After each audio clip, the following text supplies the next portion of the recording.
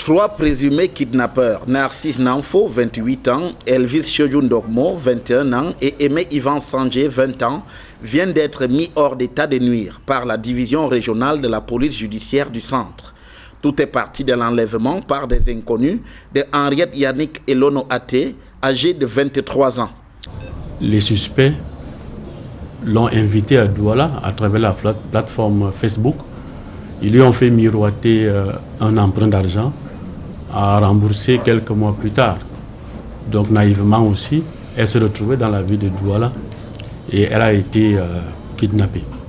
Dans la foulée, ces kidnappeurs ont rendu public des images de la victime dans un piètre état et ont demandé une rançon qu'ils n'ont pas obtenue.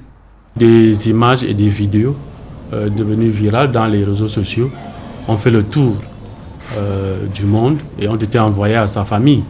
Les ravisseurs exigeaient alors le paiement d'une rançon de 3 millions de francs CFA pour sa libération. Immédiatement, nous avons engagé des investigations.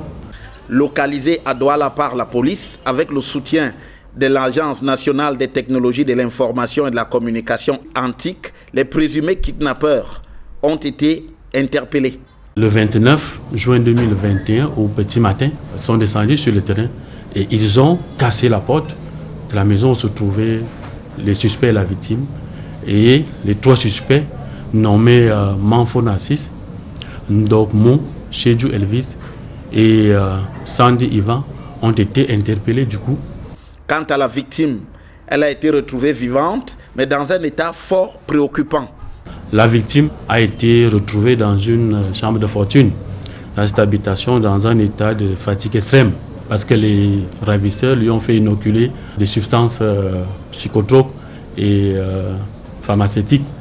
Elle a tout de suite été conduite dans un centre hospitalier de la place pour sa prise en charge.